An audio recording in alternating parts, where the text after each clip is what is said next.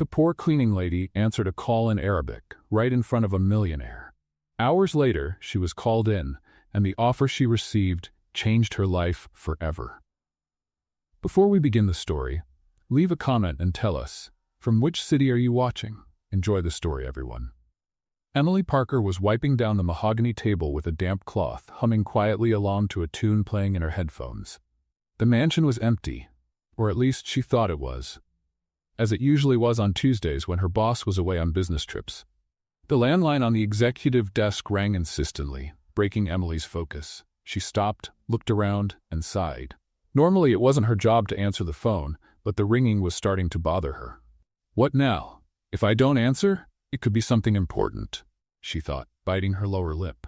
After the 15th ring, Emily decided she couldn't take it anymore. She pulled off her rubber gloves and picked up the phone. Smith Residence, good morning, she said, trying to sound professional, just like she'd heard others do before.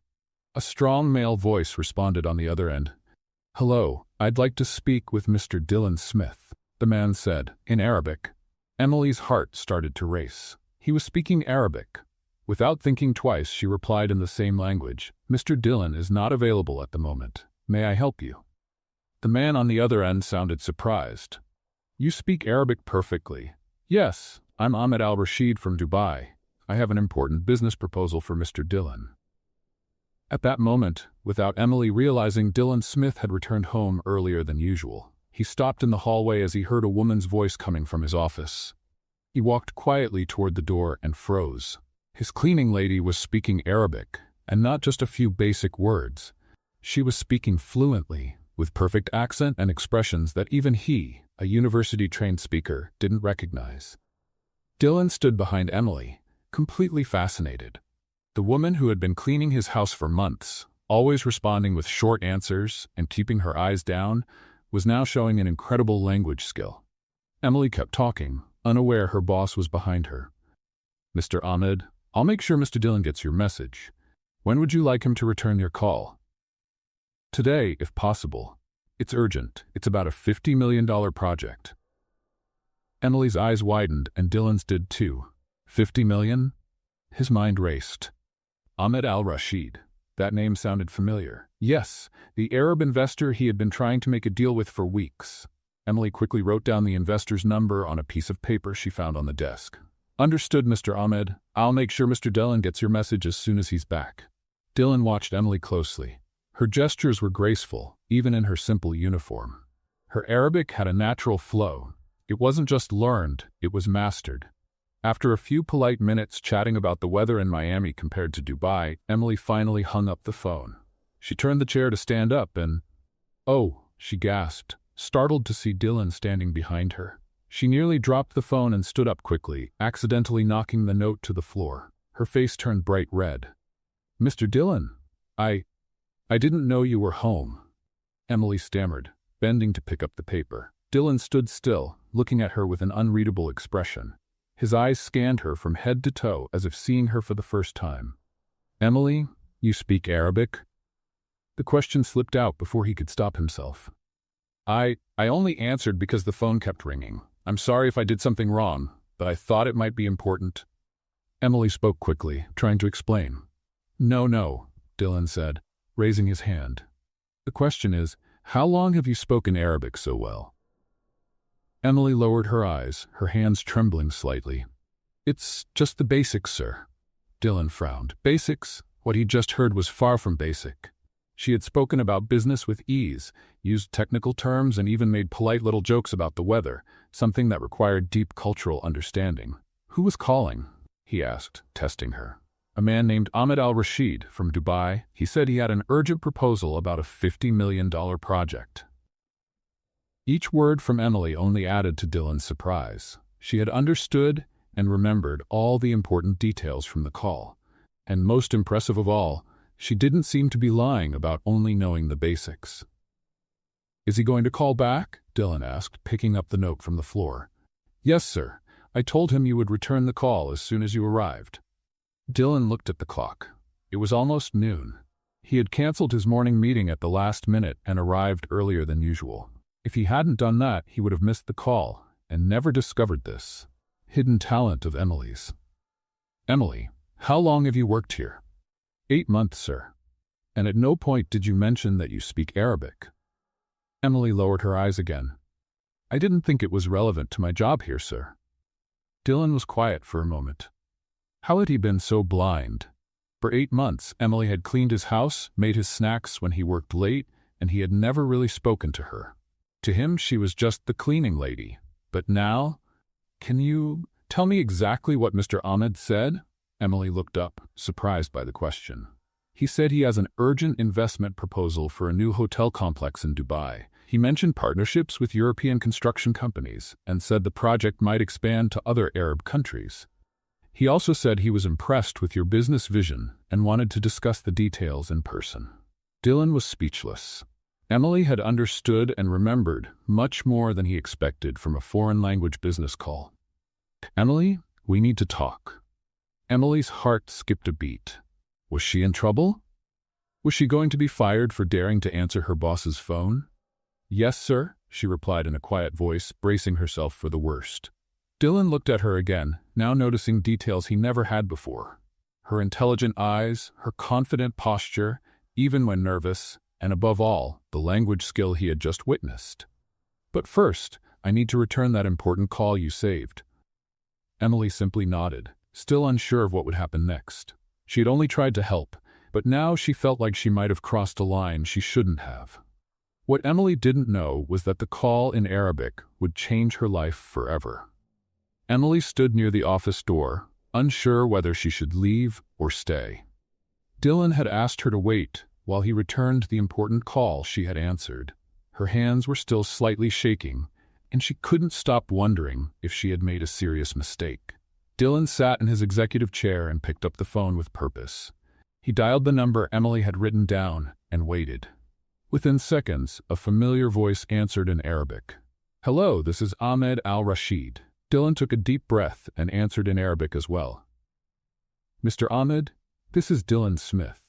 I received your call and heard you have an important proposal for me. Emily's eyes widened as she heard Dylan speaking Arabic.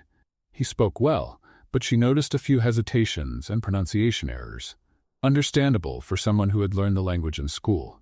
Mr. Dylan, it's great to hear your voice. I must congratulate you on having such a qualified team. Your assistant was extremely professional and attentive. Dylan glanced quickly at Emily, who looked like she was trying to melt into the wall. Thank you very much. She's talented. Absolutely. It's rare to find Americans who speak Arabic with such fluency and cultural understanding. She must have studied in the region, right? Dylan swallowed hard. He himself didn't know where Emily had learned those skills. Yes, we have a very international team. Perfect. That's exactly why I'd like to suggest she join our meeting tomorrow. It's crucial to have someone who understands the cultural nuances for this project. Dylan's eyes widened. He looked at Emily again, who was trying to guess the conversation based on his tone and facial expressions. The meeting tomorrow? With Emily? Yes, if she's available. The project is complex and involves very specific terms. Her fluency would be extremely valuable. Dylan covered the phone for a moment and whispered to Emily, he wants you to attend the meeting tomorrow, as my assistant. Emily nearly fell over. What? Me, she whispered back, pointing at herself. Yes, you, Dylan replied, just as surprised. He got back on the phone. Mr. Ahmed, she'll be there. What time should we meet? Excellent. 3 o'clock at my office in downtown Miami. I'll be bringing my team from Dubai and some local investors. Perfect. We'll be there. After a few more minutes discussing the meeting details, Dylan hung up and stared at Emily in complete silence. The room was thick with tension. Emily didn't know whether she should speak or keep waiting. Finally, Dylan broke the silence. Emily, we need to have a serious talk.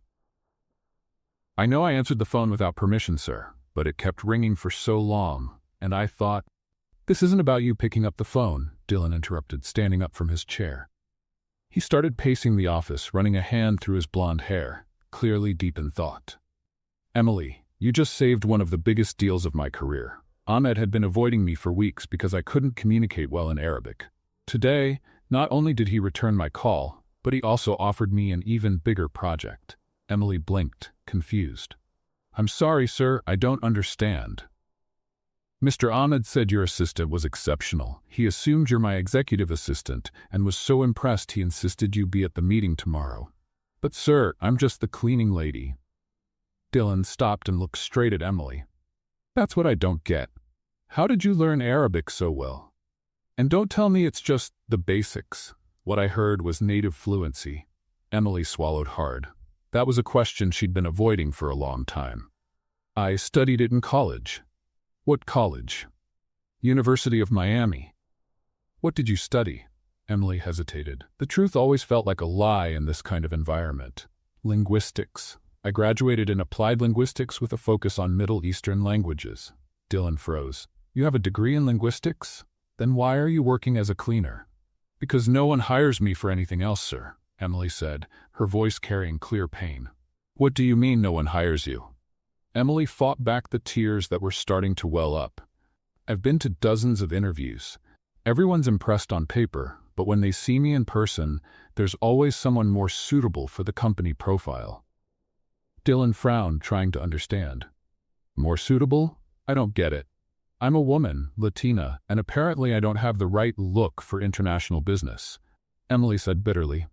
The silence that followed was heavy. Dylan looked like he was processing a truth he'd never considered before.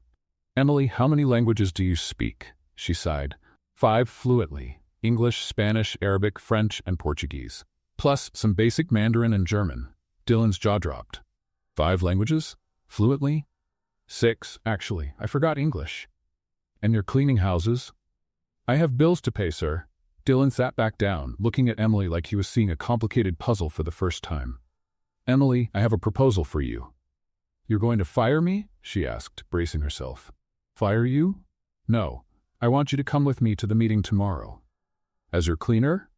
No, Dylan smiled for the first time. As my temporary language consultant. Emily blinked a few times.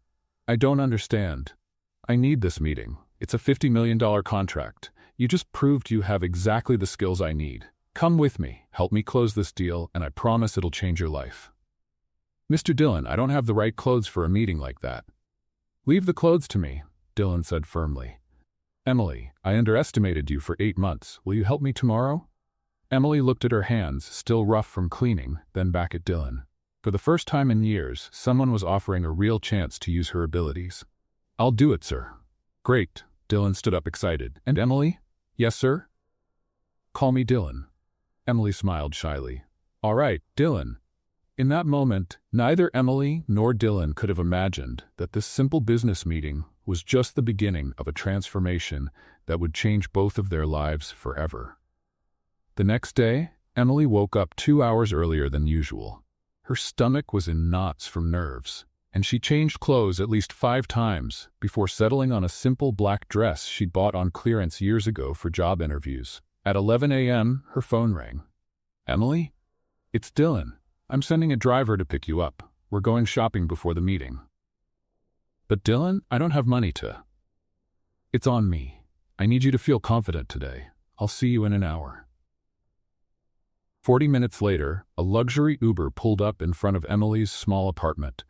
The driver, a middle-aged man in a sharp suit, opened the door for her as if she were an important executive.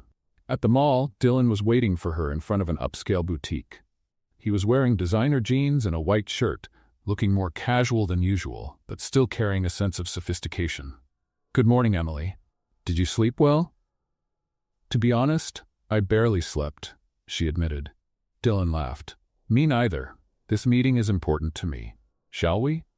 The boutique was intimidating. Mirrors everywhere, mannequins dressed in clothes that cost more than Emily's rent, and saleswomen who looked at her like she didn't belong there. What do you have in mind? Dylan asked. I really don't know. I've never shopped at a place like this. Pick whatever you want. I need you to feel powerful today. Emily gave a nervous smile and started browsing through the clothes. Dylan stood beside her, offering his opinion whenever she showed him something. This blue would look great with your eyes, he said about a blazer. You think? It's a little bold. Emily, you'll be in a room negotiating millions. A little color won't hurt. After an hour of trying things on, Emily picked a navy blue outfit with a structured blazer and tailored pants, along with a white satin blouse and a pair of pumps. Perfect. Dylan approved when she stepped out of the fitting room. Now for accessories. Dylan, you've already spent so much. Stop worrying about money. Today, you're my partner. Partners need to look successful. While Emily tried on delicate necklaces and earrings, Dylan watched her closely. There was something different about seeing her outside the domestic setting. Her movements were more confident, and her eyes sparkled more when she truly smiled. "Can I ask you something personal?" Dylan said while they waited at the register. "Sure. Do you have family in Miami?" "My mom lives in Hialeah. My dad passed away when I was 12. "I'm sorry for your loss." "Thank you. It was tough. He's the one who taught me to love languages." "How so?" Emily smiled softly. "He was from Puerto Rico, but he traveled a lot when he was young. He used to say every language was like a key to a new world. He spoke Spanish, English, and a little Italian. He promised that when I grew up, we'd travel the world together." "And you never did?" "No. He died in a car accident 3 months before our first planned trip. I was about to turn 13, and he had promised to take me to Paris." Dylan felt a tightness in his chest. "Emily, I'm really sorry." "It's okay. That's what pushed me to study languages. Every time I learn a new one, I feel like I'm keeping the promise we made." "How many have you learned so far?" 7, if you count the basics." "That's amazing," Emily shrugged. "Doesn't help much if you're stuck cleaning houses." The saleswoman handed her the shopping bag, and they left the store. In the car on the way to Dylan's office, Emily looked visibly tense. "I'm nervous," she admitted. "Me too." "Really?" "Of course, this is the biggest deal I've ever tried to close. If it doesn't work out, it'll be my fault?" Dylan looked at her, surprised. "No. If you speak Arabic better than I do, it means I've got a better shot. You're my secret weapon." Emily smiled faintly. "But what if I mess it up?" "Emily, you've helped me more in the last 24 hours than any consultant I've hired in the past few months. Trust yourself." At the office, Dylan brought Emily into an empty conference room. "Let's practice a bit. Tell me about some terms that might come up during the meeting." Emily started explaining construction and investment terms in Arabic while Dylan took notes. With each minute, his admiration for her grew.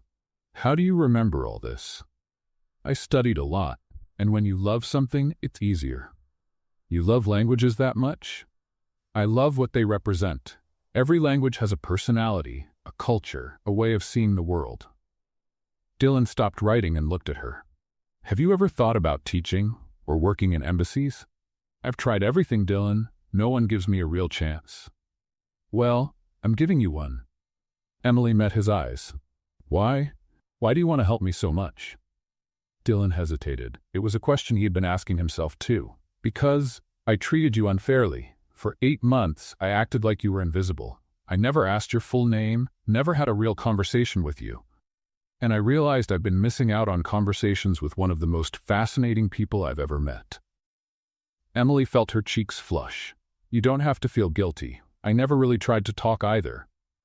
"But that's the problem. It shouldn't have been your responsibility. I should have seen you." "And now you do?" Dylan smiled. "Now I do, and I want to help you show the world who you really are." "Why is that so important to you?" Dylan was quiet for a moment.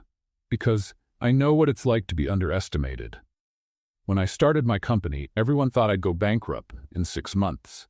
It took me 3 years to prove them wrong. If someone had just given me a real chance back then, it would have been a lot easier." "And now you want to give that chance to me?" "Yes, but also because you deserve it. And because," he hesitated, "because I have a feeling you might teach me a lot about seeing the world in a different way." Emily looked at him kindly. "Dylan, thank you, truly." "You're welcome. Now, let's get ready. In 2 hours, we're going to turn your fluency into millions."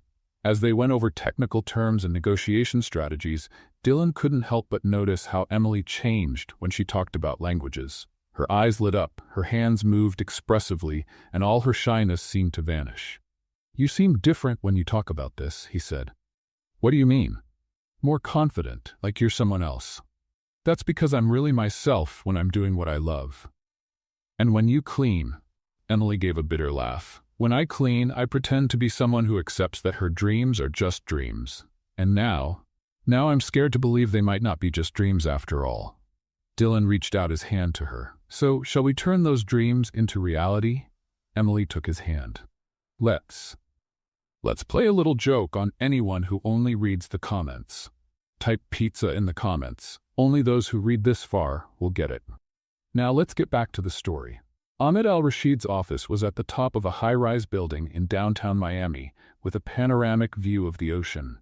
Emily and Dylan were greeted by a perfectly composed receptionist who led them into a spacious meeting room. "Mr. Ahmed will be with you in 5 minutes," she said. Emily sat next to Dylan, her hands subtly trembling. He noticed and gently touched her arm. "Breathe. You're gonna do great." The door opened and a tall man around 50 walked in, followed by 3 others. Ahmed al-Rashid had a strong presence and sharp eyes. "Dylan," he said warmly in Arabic, embracing him. "It's so good to see you in person, and this must be the famous Emily who saved our communication yesterday." Emily stood up and responded in fluent Arabic. "It's an honor to meet you, Mr. Ahmed. Thank you for the opportunity to be part of this meeting." Ahmed gave a broad smile. "The pleasure is mine. Your fluency is impressive. Where did you study?" "At the University of Miami, with a semester abroad in Morocco." "Morocco, I love that country." "Which city?" "Marrakech." It was a life-changing experience. As Emily and Ahmed spoke, Dylan watched, impressed. The ease with which she discussed Morocco's cultural aspects, the historical references she made, the subtle way her facial expressions shifted to match the conversation. All of it showed a level of cultural depth far beyond academic learning. "Please, have a seat," Ahmed gestured. "Let's begin with the project details." Over the next hour, Ahmed presented the plans for a chain of luxury hotels expanding from Dubai to Miami, with future plans for other U.S. cities. Emily translated for Dylan when needed, but she also started asking smart questions about zoning, local partners, and how to adapt the Arab hospitality concept for American audiences. "Emily, those are excellent questions," Ahmed said, clearly impressed. "Do you have experience in hotel development?" "Not directly, but during my studies, I analyzed many cases of international expansion in hospitality. The biggest challenge is usually in the cultural details, not just the language." "Exactly," Ahmed said, hitting the table with enthusiasm. "That's why we need a team that understands those subtleties." "Dylan, you've got a real gem here." Dylan smiled. "Yes, I do." After 2 hours of intense discussion, Ahmed leaned back in his chair. "Dylan, I'm ready to make a preliminary agreement today, but I have one specific condition." "What would that be?"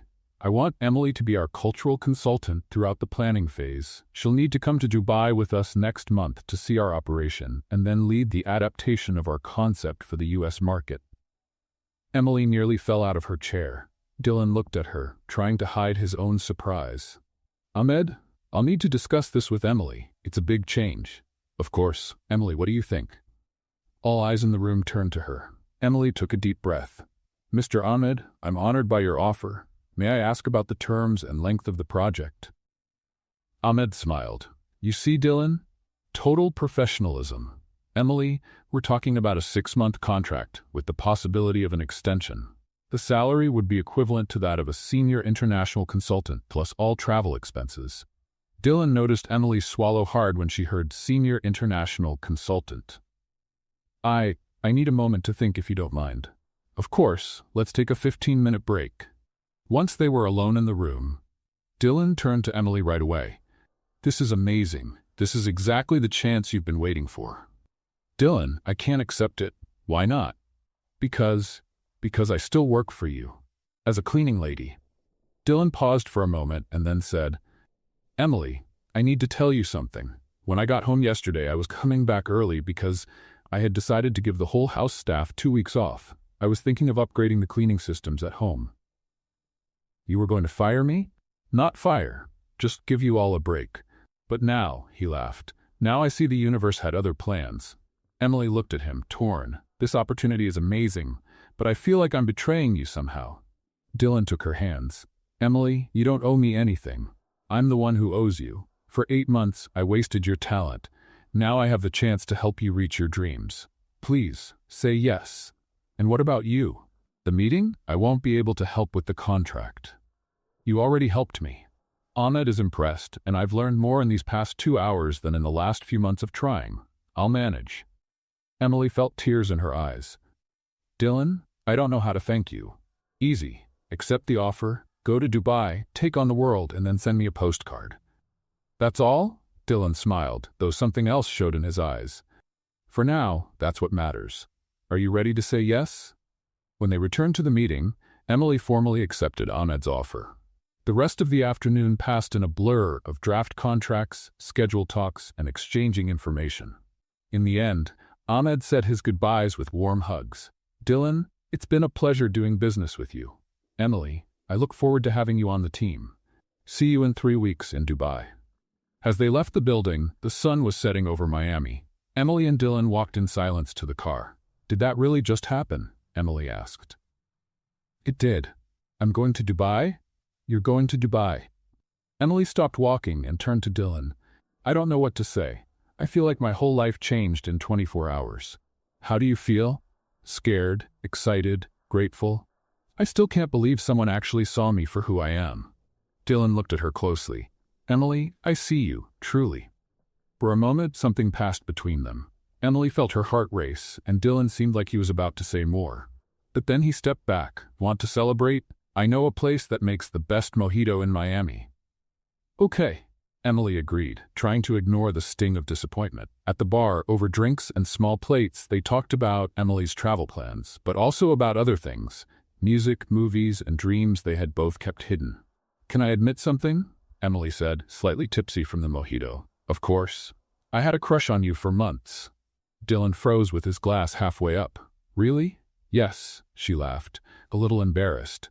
Like a silly worker falling for the boss, but getting to know you for real is even better. Better how? You're more human than I thought. Kinder, more real. Dylan smiled shyly. Can I admit something too? Go ahead. In the last 2 days, I've learned more about empathy and missed chances than I have in the past 2 years. Is that good or bad? It's scary, but good. They looked at each other across the table, and again, there was that moment. But then Dylan checked his watch. I should take you home. You've got a lot to prepare tomorrow. In the car, Emily leaned her head against the window. Dylan, thank you for everything. Stop thanking me. Are you going to miss me? The question slipped out before she could stop it. Dylan was quiet for a moment. Yes, I'll miss you. Even though I was just your cleaning lady? Emily, you were never just anything to me. I just didn't know it before. When they reached her apartment, Emily stepped out of the car and turned to say goodbye. Without thinking, she leaned in and hugged him. Thank you for seeing me, she whispered. Dylan hugged her back, breathing in the scent of her shampoo, feeling like something in his life had just clicked into place. Emily? Yes? Will you text me when you get to Dubai? I promise. She went inside, and Dylan stayed there for a few minutes, staring at the modest building where she lived. He had the feeling he was letting something important slip away. 3 weeks flew by. Emily spent her days getting ready, renewing her passport, shopping for appropriate clothes for Dubai, and studying Ahmed's hotel group projects. Dylan helped when he could, but kept a respectful distance that left her confused. The night before the trip, Emily was finishing up her packing when her phone rang. Dylan? Hey, how's everything coming along? Almost done. I can't believe I'm flying to Dubai tomorrow. It's going to be amazing. You're going to do great. Dylan, can we talk in person before I leave? There was a pause. Of course. How about now? I can come over. Emily looked around her small apartment, suddenly aware of the contrast between where she lived and Dylan's mansion. Can we meet somewhere? There's a cafe on the corner that stays open late. 20 minutes later, they were sitting at a corner table in the little cafe. Emily had something on her mind and knew she had to say it before she lost her nerve. Dylan, I need to tell you something important. I'm listening.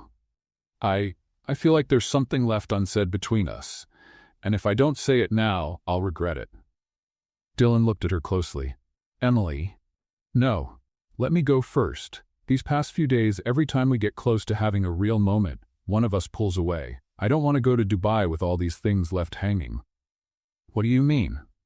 Emily took a deep breath. There's something between us. I know it, but you're holding back. Dylan sighed. I am. Why? Because you're about to start an incredible career. This opportunity could take you places you've never imagined. If I say how I feel, it might look like I'm trying to hold you back or sway your decision. And how do you feel? Dylan looked down at his hands. That you're the most amazing person I've met in a long time. That in the past few days I've come to admire not just your intelligence, but your courage, your determination, your ability to dream even after being let down so many times. Emily felt tears in her eyes. But you deserve to explore every opportunity without worrying about what you're leaving behind. You should be able to fully experience this. And what if I don't want to leave anything behind? Emily? Dylan, listen. I spent months seeing you come and go from the house, building up this image in my mind of who you were. Now that I really know you, I don't want to just let that go. It's not about letting go, it's about timing. What timing? There's no rulebook for this. Dylan gave a small, sad laugh. 3 weeks ago you were cleaning my house. Now you're about to fly to another continent. That's a lot of change in a short time. And what if I want both? The career and you? How? Emily reached for his hand. By staying in touch, talking every day, seeing where this goes. Dubai is a contract, not a permanent move. And after that, then we talk again. But for now, before I leave, I just need to know, are we worth waiting for? Dylan laced his fingers through hers. Of course we are. Then kiss me. Now? Now. Dylan looked around the nearly empty cafe, then back at Emily. Without hesitating anymore, he leaned in and kissed her gently. It was a sweet kiss, full of hope and possibilities. When they pulled apart, Emily was smiling. Now I can go to Dubai with peace of mind. And you'll come back? I always come back from work, Dylan. They laughed, and the tension between them finally melted away. They walked a little while longer, now hand in hand, talking about future plans and how they'd keep in touch. At Emily's apartment door, Dylan kissed her again. Safe travels. Go shine over there. Take care of your house while I'm gone. I might have to hire another cleaner, he joked. Make it temporary. That job's mine when I return. Not if you become a world-famous executive. Emily turned serious. Dylan, career success means nothing if you don't have someone to share it with. That's something I've learned over the years. Then I wish you good luck, but not too much because I want you to come back. I promise. Dubai was everything Emily had imagined and more. The gleaming towers, the contrast between tradition and modern life, the vibrant energy of a global city. Ahmed al-Rashid was more than generous. She stayed in a suite at the Burj Khalifa with a panoramic view, had a private driver, and access to all the luxury facilities the company offered. But what impressed Emily the most was how seriously her opinion was taken. In the first few days, she visited 3 of the group's hotels, took part in executive meetings, and delivered a detailed report on cultural adjustments needed for the American market. Your insights are exceptional, Ahmed said after her 3rd presentation. You have a perspective that our local consultants simply don't. Thank you, Mr. Ahmed. It's exciting to be able to contribute in a meaningful way. Emily, you have the potential to go very far. Have you ever thought about doing this full-time? The question caught her by surprise. What do you mean? We're expanding globally. We're looking for someone who understands different cultures to lead our international development division. The position would be based here in Dubai, with frequent travel. Emily felt her heart race. That's an incredible offer, but I need to finish the current project first. Of course, but please think about it. That night, Emily was in her luxurious room, looking out at the city lights, when she received a video call from Dylan. Hi, how's Dubai? He asked, smiling widely. It's amazing, but I miss you, she replied honestly. I miss you too. How are the projects going? Emily told him about her day, her discoveries, and finally, about Ahmed's proposal. That's an amazing opportunity, Dylan said, though she sensed something in his voice. You sound concerned. Not exactly concerned. I'm happy for you, but I just thought you'd be back in a month. This offer would change everything. Dylan, I haven't accepted it yet. I know, and you should. It's what you've always wanted. Is it? Isn't it? Emily sighed. I've always wanted to be recognized for my work, yes, but that kind of recognition feels empty when I don't have you to share it with. Emily, we've really only known each other for 3 weeks. Don't make career decisions based on me. It's not based on you. It's based on us. Emily? Dylan, think about this with me. What if the offer included Miami as a base? What if I could work remotely part of the time? What if we talked about it when I get back? You'd really consider that? I'd try. For us. Dylan smiled. Okay, let's talk when you get back. For now, enjoy Dubai. I promise. The day of the crucial meeting arrived. Emily was in the main conference room of the most luxurious hotel in Dubai, wearing a navy blue suit Ahmed had custom made for her. The fabric had a silky feel, and the color brought out her eyes, giving her a professional and elegant appearance. She had spent the night before studying every detail of the project, practicing possible questions in Arabic, and even memorizing the names and titles of everyone attending. The room had a view of the Burj Khalifa and the Gulf, with a conference table that could easily seat 20. The air was scented with oud, a traditional Arabian fragrance Emily had come to appreciate. Her briefcase was neatly organized with 3 printed versions of the contract, a gold calculator, and Parker pens Dylan had sent as a good luck gift. Along with Ahmed and his team, there were investors from several Arab countries, Saudi Arabia, the UAE, Qatar, and Kuwait. The pressure was intense. This $50 million contract would determine not only the future of the Miami project, but also her credibility as an international consultant. Every word had to be perfect. Gentlemen, allow me to introduce Emily Parker, our cultural consultant for the Miami project, Ahmed announced with visible pride. Emily greeted each person at the table in the appropriate language. For the Saudis, she used the formal and respectful, "Peace be upon you," and God's mercy and blessings. For the Emiratis, she took a slightly more relaxed, yet still formal tone. For the Maghreb investors, she discovered that 2 were of French origin and greeted them in French, showing her linguistic versatility. Over the next 3 hours, she didn't just translate. When one investor questioned whether certain architectural features would respect Islamic traditions, Emily gave a detailed analysis of how modern buildings in cities like Dubai and Doha incorporate traditional elements without sacrificing innovation. She drew diagrams on the whiteboard explaining concepts like mashrabiyah, decorative latticework, and how they could be adapted to filter Florida's intense sunlight. When a discussion arose about food practices in international hotels, she clarified misunderstandings about halal certification and culturally sensitive options that would appeal to both local and international guests. During every explanation, her eyes lit up with passion, and her hands moved with elegant gestures, painting vivid pictures with her words. A critical moment came when a conservative Saudi investor raised concerns about certain architectural provisions. The tension in the room was tangible.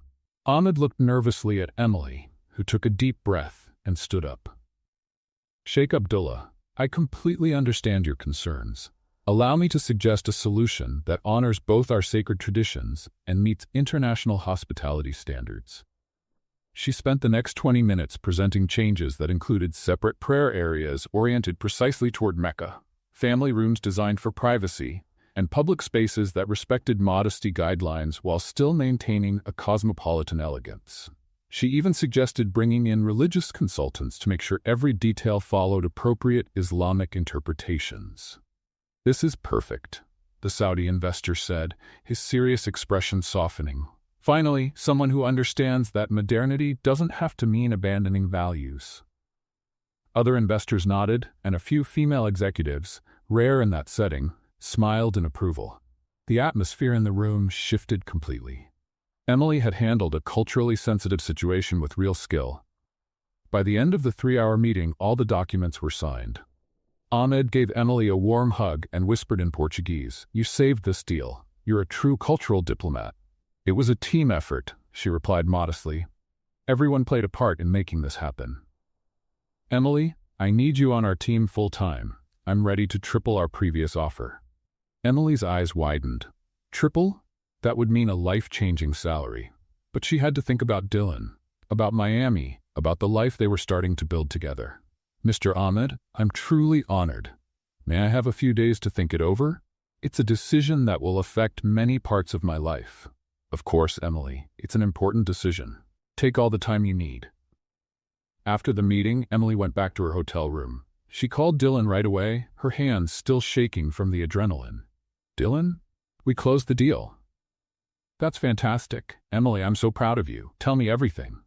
Emily shared all the details, the tense moments, the investors' concerns, and how she had turned things around. Dylan listened closely, asking questions and celebrating each little victory. "And there's more," she continued, her voice a little hesitant. "What is it?" Ahmed made another offer. An even better one. Triple the salary, permanent executive position. There was a pause on the other end. Emily bit her lip, worried about how he'd take it. "Oh. But Dylan, I haven't accepted yet, because I don't know if I want it, if it means spending less time with you." "Emily, love, you can't make career decisions based on me. This is an amazing opportunity. It's only amazing if I get to share it with you. If I don't have you, it's just a job." "Who says you won't have me? Emily, we're building something together. If this means you'll be traveling more, we'll figure it out." "Are you sure?" "I'm sure I love you. And when you love someone, you want them to chase their dreams, even when it's scary, even when it's hard." Emily started crying, overwhelmed with relief. "Dylan, I love you so much. You always say the right thing." "Not always. But with you, I want to get it right. Emily?" "Yes?" "I'm so proud of you it hurts. You're out there conquering the world, and you still chose me to be part of the journey. I didn't choose you to just watch. I chose you to build with me. Then come home, and let's plan our next adventure together." That night, Emily could hardly sleep. Dylan's words echoed in her mind, along with the challenges of global expansion. Through the hotel window, Dubai sparkled, a testament to what could happen when cultures and ambition worked together. At 3 a.m., she sat on the balcony overlooking the lit-up city, a notepad in her hands, and started writing pros and cons. But at the end of every list, there was only one question. What would Dylan think? And she already knew the answer. He'd think she should follow her heart, because their love was strong enough for any distance, any challenge. At 5 a.m., Emily made her decision. She picked up her phone and messaged Ahmed. "I accept the offer. With one condition, we need to find a way for me to keep my base in Miami. Dubai can be my second home, but Miami is where my heart is." Then she messaged Dylan, "I love you, and I accepted the offer. I couldn't have done it without knowing you were behind me. I can't wait to plan our future together." His reply came instantly. "I knew you'd make the right choice, for us, for our future. Now come home, so I can celebrate this win the way you deserve." Emily smiled, put her phone away, and watched the sun rise over Dubai. In just a few hours, she'd be flying back to Miami, to Dylan, to home. But now, with a signed contract and a bright future ahead, she knew she was exactly where she was meant to be. The flight back to Miami was a mix of exhaustion, excitement, and anticipation. Emily checked her emails on the plane, replying to congratulatory messages from colleagues, but her mind was on Dylan. How would he react when she told him everything in person? How would they navigate this new phase together? Dylan was waiting for her at the airport with a big smile and a bouquet of Middle Eastern flowers, jasmine and damask roses he had specially ordered. "For my international hero," he said, hugging her tightly. "How did you know these are my favorite flowers from Dubai?" "Because I pay attention to everything about you." In the car, Emily shared every detail of the meeting she hadn't mentioned on the phone. Dylan listened closely, his hand resting over hers on the center console. "Emily, the way you described that negotiation, you know you're a natural diplomat, right? I just did what I love, connecting people, building bridges between cultures. And you do it beautifully. But for now, I want you to forget about work for one night. I have something special planned for us." "What kind of plans?" "You'll see." At home, Dylan had prepared an elaborate surprise. The living room was decorated with hanging lights, creating a floating garden atmosphere. A table was set with Lebanese food, hummus, tabbouleh, kibbeh, and fattoush, all dishes Emily had grown to love during her travels. "Dylan, how did you?" "I called that restaurant you always talk about. I wanted to bring a little bit of the Middle East home." During dinner, they talked about everything and nothing. Dreams, fears, plans. Dylan had put together a list that mixed Arabic music with American jazz, creating the perfect background for their evening. "Emily, can I ask you something important?" "Of course. How do you see our future? With all this international growth, with you traveling more, how do we make this work?" Emily set down her glass of Lebanese wine and took his hands. "I see adventure. I see challenges. I see hard moments when I'll be on the other side of the world and you'll be here. But I also see you picking me up at airports, Business dinners you insist on joining by video, late-night calls when we're apart. And me. What do you see? Dylan paused, then began speaking softly. I see a house full of maps with our destinations marked. I see passports filled with stamps. I see you teaching our future children different languages. I see work meetings in our living room that turn into romantic dinners. Emily felt her eyes welling up. Future children? Emily? Dylan stood up, walked to a drawer, and came back holding something. Her heart felt like it might burst. What are you doing? Dylan knelt down beside her. Emily Parker, I've spent the last few days thinking about your success, about how you shine when you're doing what you love, and I realized I want to spend the rest of my life watching you shine. He opened a small box, revealing a breathtaking ring. The center stone was a diamond, surrounded by tiny blue sapphires, a design that reflected the color of the ocean she loved to gaze at from her office in Dubai. This ring has diamonds from 4 continents: South America, Africa, Europe, and Asia. It represents all your past adventures and the ones still ahead. Emily was crying now. Dylan, I know you're about to travel more. I know there'll be incredible offers, opportunities in places we haven't even heard of yet. And I want you to take every one of them. I want to be the person who celebrates every win, who supports you through every challenge, and who always has a home waiting for you. He took a deep breath. Emily Parker, will you marry me? Will you build an empire of love with me? One that crosses borders and brings cultures together? Will you be my partner, my teammate, my best friend, and the love of my life? Yes, Emily almost shouted. Yes, 1,000 times yes. Dylan slipped the ring on her finger with trembling hands. When they kissed, Emily could taste their tears, his and hers. I love you so much, she whispered as they pulled apart. I love you more than words in any language could ever say.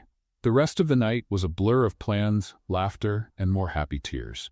They stayed up until dawn, talking about everything, from wedding venues to how many kids they wanted. Emily, one more thing, Dylan said in the middle of the night as they lay on the couch. What is it? I want you to know I'm ready to move too. If you need a home base in Dubai or London or anywhere, I'll go. You'd really do that? Love, my home is wherever you are. But what about your business here? It can be managed from anywhere. Besides, I think it's time I expanded internationally too. Emily turned to look at him. Are you serious? We'd be building something together? Why not? 2 empires are better than 1. And just think about the possibilities of combining our networks. Dylan Smith, she said playfully, are you planning to take over the world with me? No, Emily. I'm planning to cherish the world with you. The next morning, Emily woke up with the ring sparkling on her finger and a new sense of wholeness. It wasn't just about career or love. It was about how the two came together to create something bigger. Good morning, fiancé, Dylan whispered, kissing her shoulder. Good morning, future husband. How do you feel? Like I could take on the world. Then let's do it. But first, breakfast. If we're going to plan international empires, we'll need our energy. And so, with engagement rings and world-sized dreams, Emily and Dylan began planning not just a wedding, but a life of partnership, in love and in business. 6 months after the meeting that changed their lives, Emily found herself in a routine she never imagined possible. She was now working as Director of Cultural Expansion for the Ahmed Group, but under renegotiated terms that allowed her to be based in Miami with strategic travel. Dylan had started joining her when possible, turning some business trips into spontaneous mini honeymoons. The mansion had changed. Dylan's old office now had 2 executive desks, a world map covering an entire wall, and a collection of travel souvenirs, not just keepsakes, but actual work tools. African masks, Persian rugs, samples of Japanese fabrics, each piece had a business story behind it. You know what's funny? Emily said one night as they cooked dinner together in the gourmet kitchen they hardly used before. What? If someone had told me a year ago that I'd be seasoning chicken with Ras El Hanout at home with my fiancé after coming back from meetings on 3 different continents in 1 week, I'd have said, they were crazy. Dylan laughed, chopping onions. And if someone had told me I'd meet my future wife because she picked up a phone call meant for me, I'd think it was a movie script. Speaking of which, Emily pulled out her phone. Ahmed sent a message. There's a new proposal. Good or complicated? Good. But big. Emily showed him the message. Ahmed wanted to expand into the Asian market, South Korea specifically. It would be a 6-month operation based in Seoul, with potential to become permanent. What do you think? She asked. What do you want to do? Dylan, I can't make these decisions alone anymore. We have a wedding to plan, and you've got your own projects. Dylan turned off the stove and looked at her. Emily, look at me. What do you want to do? No other factors, just you and your dream career. I want to go. Korea is fascinating. The Asian market makes up 1/3 of the international project, and it would be a once-in-a-lifetime opportunity too. Then let's go. What? Let's go. To Seoul. Together. Dylan, you can't just... Yes, I can. Emily, when I proposed to you, I committed to your dreams too. If your dreams take us to Korea, then Korea is where we need to be. Emily dropped her phone and hugged him. You're crazy. I'm in love. Is there a difference? But what about your work? Technology allows me to work remotely. And you know what? I was already thinking about expanding into Asia anyway. 2 birds, 1 stone. 2 weeks later, Emily was in a virtual meeting with Ahmed, with Dylan by her side. So Emily, what's your decision about Seoul? I'm in, but Dylan is coming with me. Excellent. Dylan, it's great to have you joining us on this adventure. Actually, Dylan jumped in, I have a proposal for you, Ahmed. Emily looked surprised. They hadn't discussed any joint proposal.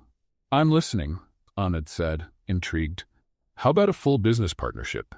Smith Rashid International. Emily is already doing international cultural development. I have experience in mergers and acquisitions. Together, we could create a company that not only connects cultures but also facilitates global business. Emily nearly fell out of her chair. Ahmed was silent for several seconds. That's an intriguing idea, and unexpected. I'll need to think about it. After the meeting ended, Emily turned to Dylan. What did you just do? Something I should have done sooner. I stopped watching you conquer the world from the sidelines and decided to stand beside you. Dylan, Emily, I've spent months watching you be amazing from afar. It's time we're amazing together. And what if Ahmed says no? Then we start our own company, Parker Smith International or Smith Parker Global. We'll figure out the name later. Emily started crying and laughing at the same time. You really are crazy. I really am yours. 1 month later, they were on a plane to Seoul. Ahmed had accepted the partnership offer but wanted to test them first during the Korean project. Emily felt nervous and excited, more energized than she had been in months. Ready for your first official international mission? She asked Dylan as the plane took off. Born ready. I was just waiting for you to give me a shot. During the 16-hour flight, they worked on proposals, studied the Korean market, and practiced a few basic Korean phrases. Emily had to stop Dylan from trying to learn the entire Hangul alphabet in one go. Honey, you don't need to master the language on one flight. But you pick up things so fast. Dylan, I've been studying languages for 15 years. You've got 3 days. Let's stick to the basics. Okay, then teach me how to say my wife is brilliant in Korean. My wife is brilliant, she said, laughing. Perfect. That's what I'm going to say in every meeting. Seoul welcomed them with a mix of tradition and modern style that impressed even Emily, who was used to cultural contrasts. The apartment the company had rented had a view of the Han River and was located in the Gangnam business district. Dylan, look at this, Emily said, opening the curtains to reveal the nighttime view of the city. Seoul sparkled like a giant electronic circuit board. It's amazing, but you know what's even more amazing? What? That we're here, together, building our own empire. At their first meeting in Seoul, Emily was fascinated watching Dylan in action. He had learned Korean business protocol, practiced proper bows, and even tried a few Korean phrases Emily had taught him. Dylan Parker Smith, he introduced himself, using the hyphenated name they had chosen for business purposes. And I'm Emily Parker Smith, she added, feeling a new kind of emotion as she said the name. The meetings were intense. The Korean market was unlike anything Emily had experienced. More formal than Dubai, more tech-driven than Miami, with its own unique cultural nuances. But having Dylan by her side made all the difference. Where she excelled at cultural sensitivity, he was strong in business strategy. Together, they created a synergy that impressed even the famously demanding Korean executives. Miss Emily, said the CEO of the main company they were negotiating with, Your husband understands business, but you understand people. Together, you are a powerful team. After 3 weeks in Seoul, Ahmed set up a video call to check on their progress. Do you have the contracts? Yes, Emily answered. Is the initial project approved? With bonuses, Dylan added. And are the local partners satisfied? More than satisfied. They want to expand into 2 additional phases, Emily finished. Ahmed smiled on the screen. Sounds like Smith Rashid International officially begins tomorrow. Welcome aboard, partners. That night, back in their temporary apartment in Seoul, Emily and Dylan celebrated with Korean champagne and a view of the city that had tested and approved their partnership. We did it, she said, raising her glass. We did it, and honey? Yes? This is just the beginning. Wedding planning started in Seoul, continued in Dubai, paused in London, and finally took root in Miami. Emily and Dylan had decided they wanted something intimate yet meaningful, a reflection of the many cultures now part of their lives. We want the Miami Botanical Garden, Emily announced one morning over breakfast in their Seoul apartment. Any special reason? Dylan asked, spreading butter on the Korean bread they'd bought from the bakery around the corner. It's where it all started, geographically. Miami was the starting point, and they have an international garden, Damascus roses, Japanese cherry trees, Cuban palms. It's like our life all in one place. Perfect. In the months that followed, the planning turned into a complex dance of time zones and cultures. Emily's mother wanted Latin traditions. Ahmed insisted on sending decorators from Dubai. Dylan wanted classic American touches, but also hoped to honor all the places they had visited together. Are we planning a wedding or a UN conference? Emily joked one evening, staring at the long lists of details on her laptop. Why not both? Dylan smiled, running his hand through her hair. Our life is international. Why should our wedding be any different? 3 months before the wedding, they moved back to Miami for good to finish the final preparations. The house had changed again. Now there was a second office for Emily, a room just for fabric samples and wedding catalogs, and a wall covered with photos of places where they had worked together. Miss Parker, Mr. Smith, the wedding planner, an experienced Colombian woman, arrived with more catalogs. We need to decide on the floral decorations. We have a few ideas, Emily said, excited. She had spent weeks researching flowers that would represent each important culture in their lives. We want damask roses to represent our time in Dubai, Japanese orchids for Seoul, hibiscus for Miami, and she took a deep breath. Portuguese geraniums, to honor Dylan's mother's side of the family. Dylan looked surprised. How did you know about the Portuguese geraniums? Your mother told me. She said your grandmother always grew them, and you loved the smell when you were a kid. I love you, he said simply, kissing her forehead. I see romance with attention to detail. The planner smiled. We'll get all of those flowers. 2 weeks before the wedding, Ahmed arrived in Miami a week earlier than planned. I need to talk to you both about something important, he said during dinner at their home. Emily and Dylan exchanged worried looks. Ahmed, if this is about the Tokyo contract, Dylan began. It's not about work, Ahmed interrupted. It's about you two. Us? Emily asked. Yes.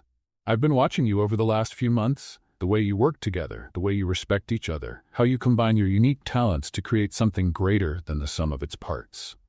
He paused to take a sip of wine. I want to propose something. A full joint venture. Not just you two working for me, but a real partnership. Smith Rashid Parker International, with the 3 of us as equal partners. Emily almost dropped her wine glass.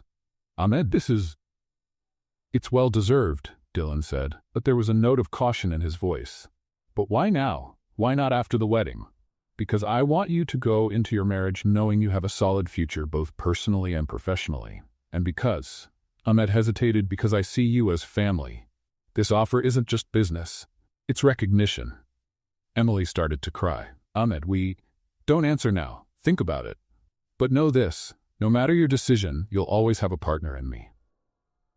That night, Emily and Dylan stayed up late talking. It's an amazing offer, Emily said, snuggled against Dylan's chest. It's more than amazing. It's a dream. But I want to make sure I'm not taking you away from your own dreams. I know Ahmed has offered you roles that give you more creative freedom. Emily turned to look at him. Dylan, My dreams have changed. I used to want to prove something, to show I could do it. Now I want to build something. With you. Are you sure? I've never been more sure of anything in my life. Then I think we have an answer for Ahmed. Do we? Emily Parker, soon to be Emily Smith and future business partner, will you build an empire with me? I will. But only if you promise never to forget where we came from. How could I? It's our favorite story. On the morning of the wedding, Emily woke up in her old apartment, a tradition they had insisted on keeping. Her mom, her bridesmaids, and even a few friends from Dubai had stayed over, turning the small apartment into an international slumber party. Nervous? Her mom asked as she helped with makeup. No, I'm sure. Even with everything that's changing, the new company, the constant travel, this whole international life, Emily looked in the mirror, seeing not just herself, but bits of every woman who had shaped her. Her mom, her language teachers, friends from around the world. Mom, do you remember when Dad died, and I promised myself I'd learn every language in the world so we could still travel together? I remember. I didn't keep that promise. But I found something better. I found someone who wants to take all those trips with me. Across town, Dylan was nervous. His best friend had to remind him to breathe 3 times. Man, you're more nervous than she is, his friend joked. That's because today it becomes real. It's not just dating, not just living together. It's forever. And are you ready? Dylan looked in the mirror, adjusting his tie for the 15th time. I was born ready. I just didn't know it until I met her. The botanical garden had been transformed. Flowers from 5 continents created a multicultural path leading to the altar. Guests from dozens of countries filled the white chairs. Dylan saw Emily's co-workers, business partners, but most of all, chosen family from places that hadn't even been in their lives a year ago. When the music began, Dylan felt his hands get sweaty. Omar, Emily's assistant in Dubai who had become a friend, was already holding the rings. Ahmed, his best man, stood beside him with a proud smile. And then she appeared. Emily walked down the aisle with her mother, but Dylan only had eyes for her. Her dress was simple, but with embroidered details she had coordinated with artisans from different countries. Gold thread from Dubai, pearls from Seoul, lace from Miami. It was Emily in her essence, simple on the surface, yet infinitely detailed. When she reached the altar, her mother kissed her cheek and whispered something in Spanish. Emily laughed, gave a soft thank you in Arabic to an emotional Ahmed, and finally focused fully on Dylan. Hi, she whispered. Hi, he answered, voice trembling. You look beautiful. You're crying. I'm an emotional man. The officiant, a college friend of Dylan's who had become a minister, started the ceremony in English, but included blessings in Arabic and Spanish that Emily and Dylan had chosen together. When it was time for the personal vows, Dylan took a deep breath. Emily, a year and a half ago, you were a stranger cleaning my house. He began in Spanish, making her mother tear up. Today, you are the one who gives meaning to every word I know in any language. He switched to English. You taught me that love means truly seeing the person in front of you. I promise to always see you, in your successes, in your fears, and in your wild dreams of taking on the world. Finally, in Arabic, surprising everyone, you are my home, my heart, my future. Emily was crying now, but glowing with happiness. How did you learn Arabic? I had an excellent teacher these past few months, he said with a wink. Emily wiped her tears and began her vows. Dylan, a year and a half ago, I answered your phone, scared I'd be fired for daring to pick it up. Gentle laughter from the guests. Today, I answer your phone because we've built something together that's bigger than fear, bigger than cultural differences, bigger than any border. She took his hand. You saw me when I felt invisible. You loved me before I believed I was worthy of love. And more importantly, you don't just accept my dreams, you insist on making them your own. In Spanish to her mother, I promise to love you the way Papa loved Mama, through changes, challenges, and all our adventures. And finally, in Arabic, to a now openly weeping Ahmed, thank you for giving me the chance to find my love. Now, the officiant said, do you have gifts for each other? Dylan nodded and took out an envelope. Emily, besides the ring, I have something else for you, a passport. I already have a passport, love, she laughed. An honorary diplomatic passport. Ahmed and some influential friends helped make it happen. so you can move more easily between countries for work. Emily covered her mouth, overwhelmed. Dylan, that's impossible. Nothing's impossible for us. Emily then brought out a small box. I have something too, a watch. I already have a watch, Dylan echoed her joke. This one shows 4 time zones at once, so wherever we are, we'll always know what time it is where the other person is. Dylan kissed her before the officiant could say anything. Sorry, he laughed. No problem, the officiant smiled. In fact, I now pronounce you husband and wife. You may kiss the bride again. And so, with friends from different continents as witnesses, under the Miami sky in a garden that represented the whole world, Emily and Dylan sealed their union, not just as a couple, but as life partners, dreamers and builders of something bigger. A love that crossed all borders.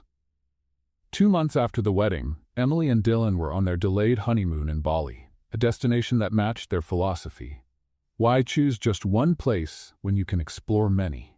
They had spent a week relaxing in Hawaii, then made a quick stop in Tokyo for a few meetings, and were now enjoying the beaches and temples of Indonesia before returning to reality. It was their first night at the private resort in Ubud when Dylan got an urgent call from the executive assistant they had hired in Miami.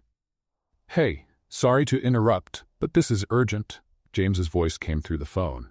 Emily lifted her head from the pillow, looking concerned. What's going on? Dylan asked, putting the call on speaker. Ahmed is going through a crisis. The partners in Tokyo are threatening to pull out of the deal. Apparently it's a cultural issue, and they need Emily urgently. Emily sat up immediately.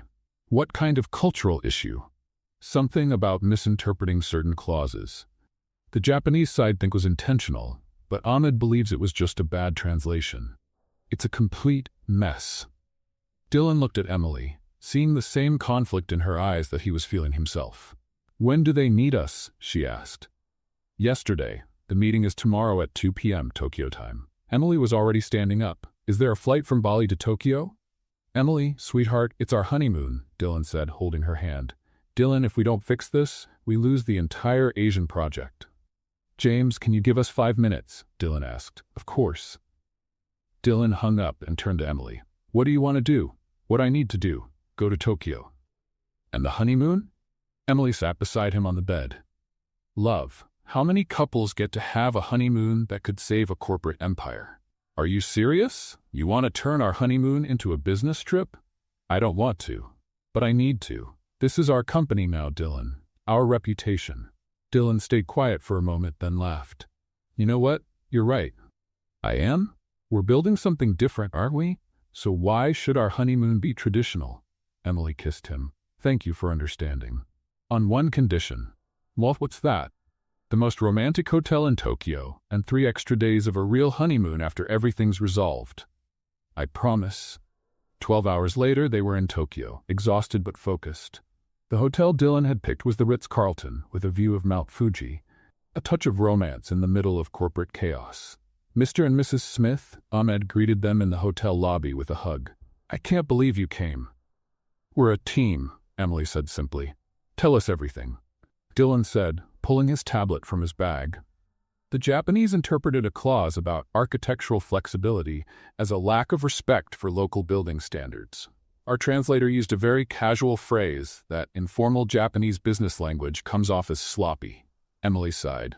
Let me guess, he used the word for sloppiness instead of respectful adaptability? Ahmed paused. How did you know that? Sloppiness implies carelessness. Respectful adaptability shows we value their standards. It's a common mistake when cultural nuances are missed. Exactly. And now they want Mr. Tanaka to receive a personal apology.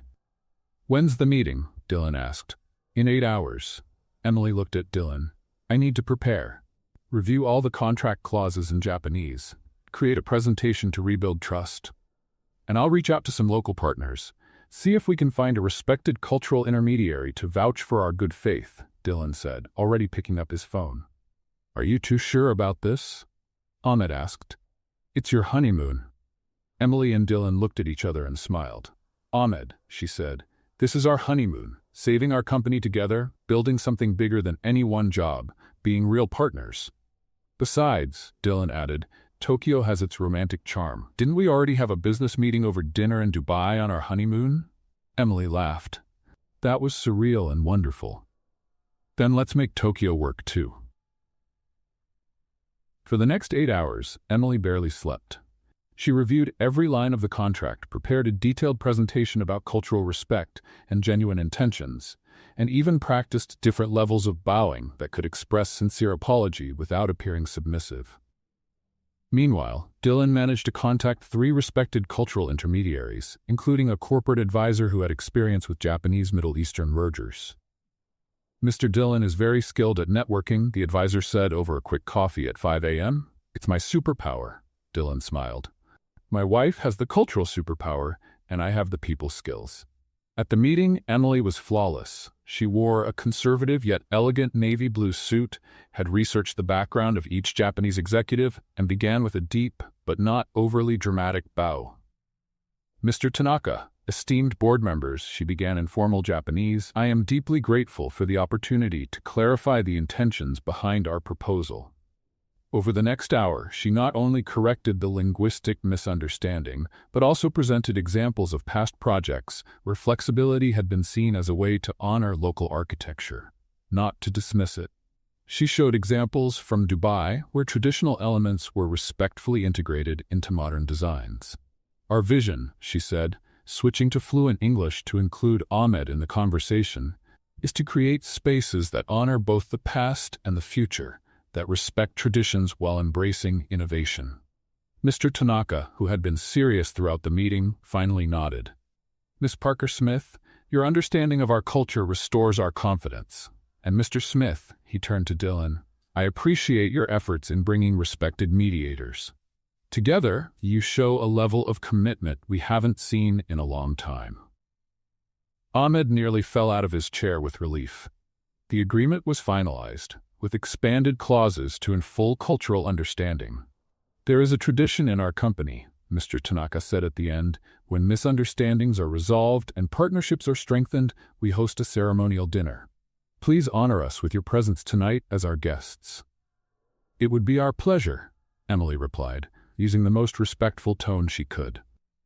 That evening, during a formal dinner at a traditional restaurant in Kyoto, which they traveled to by bullet train, Emily and Dylan took part in a tea ceremony, a 20-course kaiseki meal, and even tried Japanese calligraphy with guidance.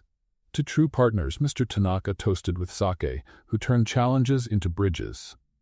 Later, on the train back to Tokyo, Emily was exhausted but glowing. I think I liked the meeting better than the honeymoon in Bali. Really? Dylan, look at what we did today. We saved an international deal, learned a new culture deeply, and still had a unique, romantic night. She leaned into him. This is our life. It's not conventional, not predictable, but it's ours. And are you happy? I've never been this happy. And you? Emily, every day with you is an adventure. And I wouldn't want it any other way. During the next 3 days in Tokyo, they finally had time to themselves. They visited temples early in the morning, shopped at the Tokyo fish market, and had dinner at small izakayas, where Emily chatted with elderly locals in Japanese and translated their stories for Dylan. You know we're incapable of taking normal vacations, right? Dylan said one morning over coffee at a tiny organic cafe Emily had found after reading a full sign in Japanese. Of course, normal is overrated. Can we agree on one rule? Depends on the rule. 1 weekend a month, just the two of us. No phones, no meetings, no corporate emergencies. Emily reached out her hand. Deal, but with one addition. What's that? Once a year, we invent a corporate emergency in some romantic place, just to mix work with romance, on purpose. Dylan laughed and shook her hand. Now that's perfect. You're brilliant. I'm yours, and I'm yours. And so, with an unconventional honeymoon protocol in place, they flew back to Miami 3 days later, knowing they had built not just a marriage, but a partnership model that blended love and ambition in a way that truly worked for them. 2 years after the wedding, Emily was in her new home office, a space that had been expanded to fit 2 Scandinavian-style cribs. The twins, Sarah and Omar, were sleeping peacefully as she joined a video call with investors from Zurich. So Mrs. Smith, our quarterly analysis projects a 34% growth if we expand first into South America. The Swiss executive said, Emily took notes as Sarah started to fuss. Without hesitation, she picked up the baby with one arm, continuing the meeting as if it were the most natural thing in the world. Yes, I understand your projections, but we need to consider political nuances in Venezuela and currency instability in Argentina, she said while gently rocking Sarah. Dylan appeared in the doorway, Omar in his arms, holding 2 cups of coffee. Can you hand me the pink pacifier? She whispered. Dylan passed her the pacifier and kissed her forehead. How's the meeting? Productive. They want to expand into South America. And do you? We need to talk after the little ones are asleep. Emily returned to the call. Sorry for the interruption. Where were we? We were just saying how impressed we are. It's rare to see a professional balance family and business with such grace. Thank you. At Smith Rashid Parker, we believe the best decisions come when we honor every part of our lives. After the meeting, Dylan was in the kitchen preparing bottles. The Swiss want South America. You? I got 3 proposals to expand my financial tech into Europe. They looked at each other. Have we been too ambitious? Emily asked. Emily, remember when we said we wanted it all? Career, family, travel, global impact? And we're having it all. So the real question is, do we still want to grow? Emily fed Omar thoughtfully. You know what the best part of the past year has been? Working with you, traveling with the babies for meetings, showing our kids that ambition and love can go hand in hand. With conditions. What kind? First, we invest in a private jet. It's practical for traveling with babies. Second, we hire a cultural assistant in each region, someone who knows how to create baby-friendly meeting spaces. Third, we stick to our rule of 1 weekend a month just for family. Emily? Yes? I love you more since we became parents. Why? Because I watch you handle phone calls in 3 languages while making baby food. You close million-dollar deals while Sarah pees on your lap. And I love you more because you never make me choose between career and family. Dylan, can I admit something? Always. Sometimes I feel like we're just too lucky. Dylan pulled her into his arms. Love, you saved my company, speak 6 languages, negotiate with sheikhs in the morning, and sing lullabies in Japanese at night. You deserve every success. And you had the courage to see more than just an employee, you saw a partner. Dylan? Yes. Let's expand into South America and Europe, and let's change how international business works for people with young kids. Yes, ma'am, CEO. A month later, Emily was in São Paulo pitching to Brazilian investors. Sarah was in a stroller with Omar and a multilingual au pair. Our family-focused approach doesn't make us less efficient. On the contrary, it shows full versatility. The Brazilians were impressed. It's refreshing to see a company that understands professionals have families and that successful business can include real life. After the meeting, Emily video called Dylan in Amsterdam. How did it go? Perfect. You? It's a done deal. The Dutch loved our life-work integration idea. We're creating a movement. We're building a global family. 6 months later, Smith Rashid Parker International had become a Harvard case study, not just for rapid growth but for their groundbreaking approach. Mrs. Smith, Forbes wants to do a cover story on you two. Can they wait until I finish cleaning baby vomit off my Armani blouse? On the day of the photo shoot, Sarah wore a tiny pink suit, Omar a navy one. Say global takeover, the photographer said. World conquest, everyone shouted, while the babies babbled in delight. The article highlighted not just their financial success, but the shift in mindset they represented. Emily, we're changing the world, Dylan said one night in Dubai. We're living our truth, and the world is learning there are many ways to love, work, and grow. Do you still think about that phone call? Always. It was the first time I used my voice for something bigger. And look where we are now. 3 months later, Emily stood in Vancouver for her TED Talk. Dylan sat in the front row with the kids. 3 years ago, I was an invisible cleaner. A phone rang. I answered. And that simple act changed corporate paradigms. For 20 minutes, she shared her journey as a case study in visibility, cultural appreciation, and family work integration. The issue isn't work-life balance, it's work-life integration. The applause was deafening. Mommy did great, Sarah shouted. Mommy was amazing, Omar added. Later, a young woman from Beirut approached. Mrs. Smith, I speak 4 languages but work in a call center because they say I don't look right for international business. Emily took her hand. Stop letting others decide what looking right means. Here's my card. Our company is always looking for multilingual talent.